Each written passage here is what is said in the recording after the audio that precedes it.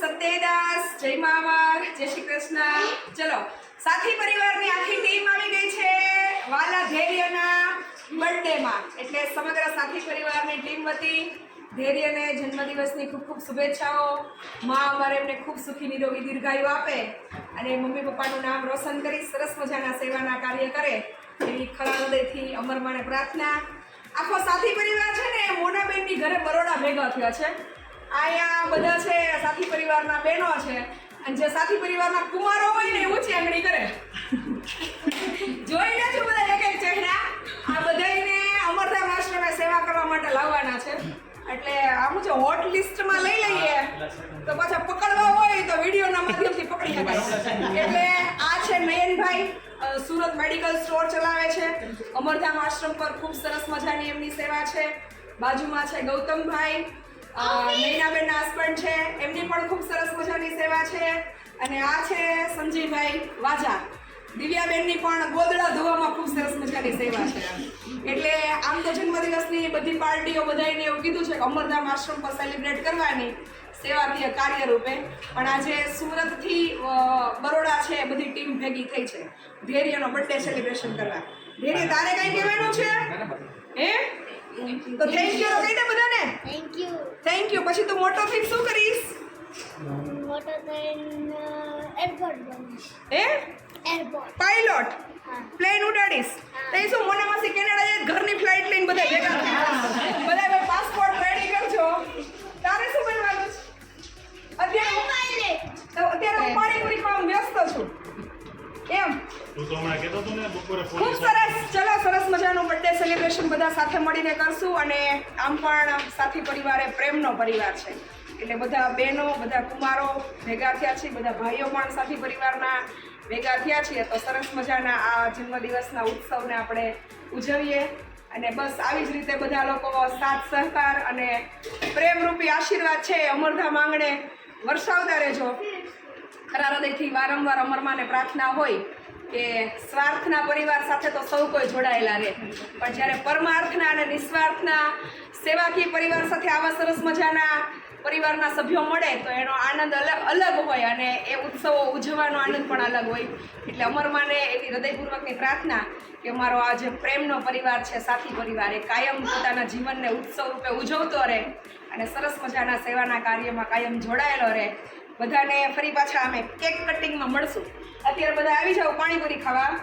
પાણીપુરી, ભેળ અને જો બધા ડીશ લઈને બેસી ગયા છે કે વિડીયોમાં ફોટા પકડાઈ જશે કોણ કેટલી ખાધી. મંડપ પકડવા જે ખાય છે એને. જેને જો પાણીપુરીમાં આજે છે ને વ્યસનીઓ બધા પકડાઈ જશે કારણ કે મોઢું નહીં ખુલતું. પાણીપુરી પીઓ, મોઢું જેનું નહીં ખુલતું એને ખબર પડી જશે કે આ પાણીપુરી ખાવા. પહેલા કહી દો હું પાણીપુરી નહીં ખાઈશ. હા એમ. પાણીપુરી ખેલો. સોરી લઈ લીધી યાર.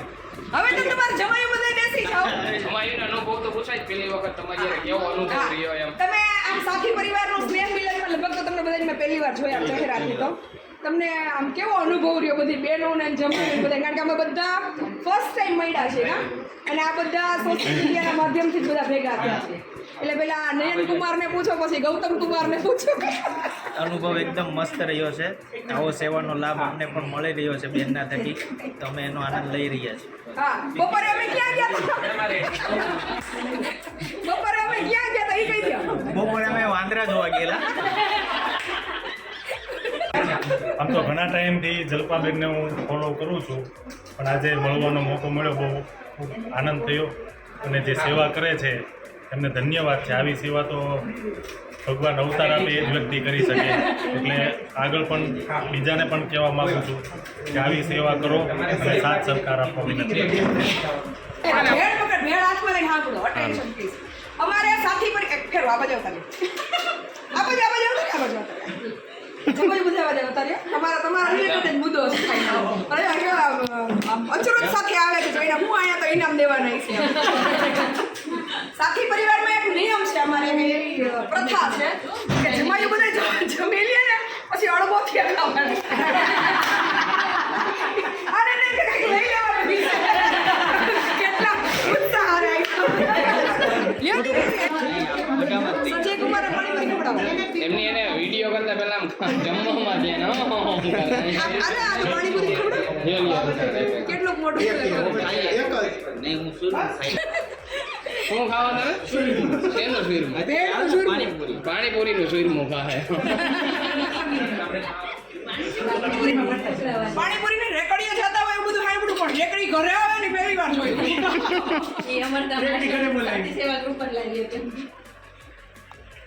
શું કે ભાઈ તમને કેવું લાગ્યું? દેવી, તને કેવું લાગે? લગ્નમાં આઠ દોઢિયું આવશે.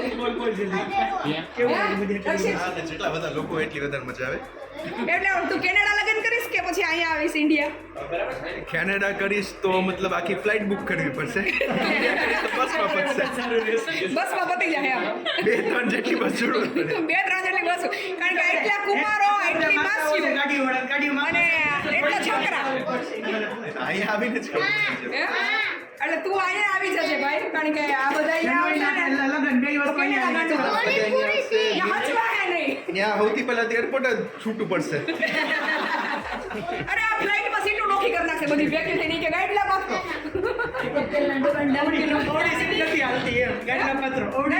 આટલી સીટ નહીં આવે. તને ગમ્યું ધૈર્ય બર્થડે સેલિબ્રેશન કરવાનું? હે? વિડીયોગ્રાફરને પણ વિનંતી કરીએ પાણીપુરી ખાઈ લે. જય મામા. બસ સરસ. ચલો આજે આ ધૈર્ય અને ધૈર્યના મમ્મી પપ્પા તમે આવી જાઓ તો જરાક ઇન્ટરવ્યુ. ઓલા કુમારને લ્યો. એને કમાટી બાગમાં વાંદરા બહુ જોયા ને એટલે એ પિક્ચરમાં નથી આવતા. આ બસ એમ. ખાવામાં ક્યારે હા, ખાવામાં ધ્યાન. પેટ પૂજા કરી લે ને પછી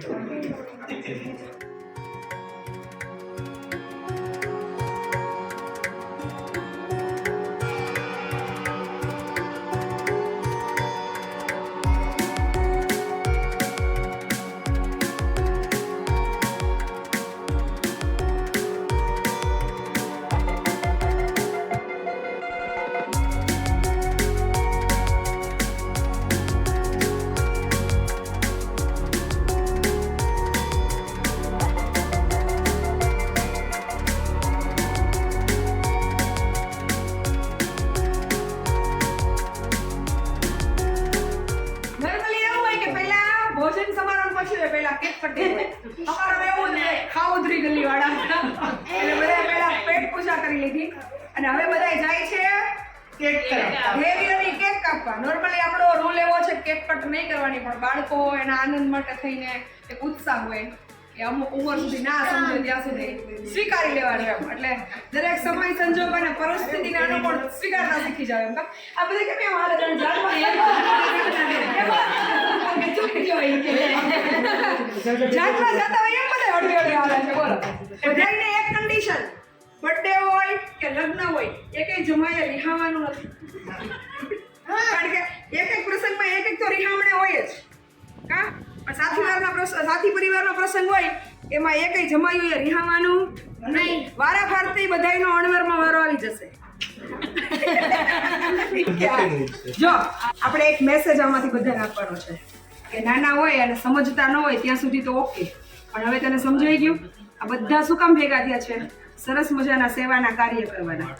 એટલે આપણે ભગવાનના મંદિરમાં દીવો કરવાનો અને આવતા વર્ષથી કેક નહીં કાપવાની. શું કરવાનું? કેકની જગ્યાએ નાના બાળકોને જમાડવા જવાના, જેને જરૂરિયાત છે એને કપડાં આપવાના, એને વસ્તુ આપવાની અને એવી રીતે બર્થડે સેલિબ્રેશન કરવાનું. ઓકે, સારા કાર્ય કરી અને બર્થડે સેલિબ્રેશન કરવાનું. હો, ચલો, ગોડ બ્લેસ યુ. ચલો પડદો ખોલ નાખવાનો.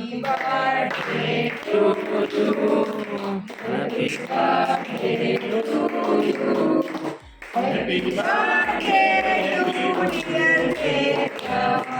Happy birthday to you. May God bless you. May God bless you. ચલો મમ્માને ખવડાવો. કેક ખાધી ને આપણે પડદો ખોલ નાખો. ખાલી ફોટો પાડી દેવું ખાલી એમ બધા. દોરી ખેંચી નકર પડશે. ફોટોગ્રાફર આજે થઈ જાવ. વાંદરા બહુ જોયો, થોડો ફોટાયો. ચાલુ જ છે ફોટાનું ચડાવી દો. પડી ગયું? ચલો ખૂબ સરસ. નયનભાઈ અને નીતાબેનનો લાડલો ખૂબ આગળ વધે, અમરમાના ખૂબ આશીર્વાદ એમના પર રહે અને ખૂબ સરસ મજાનું મમ્મી પપ્પાનું નામ રોશન કરે, આગળ ભણી ગણીને અને સેવાના સારા કાર્ય કરે. બરાબર?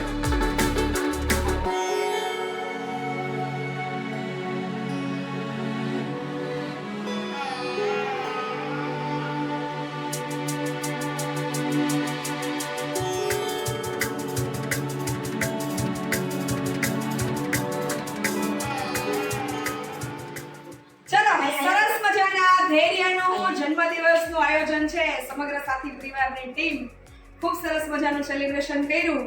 બસ આવી જ રીતે તમારા બધાના પ્રેમ સાથ સહકારથી ફરી કોઈ સરસ મજાના સુંદર આયોજન સાથે મળતા રહેશું.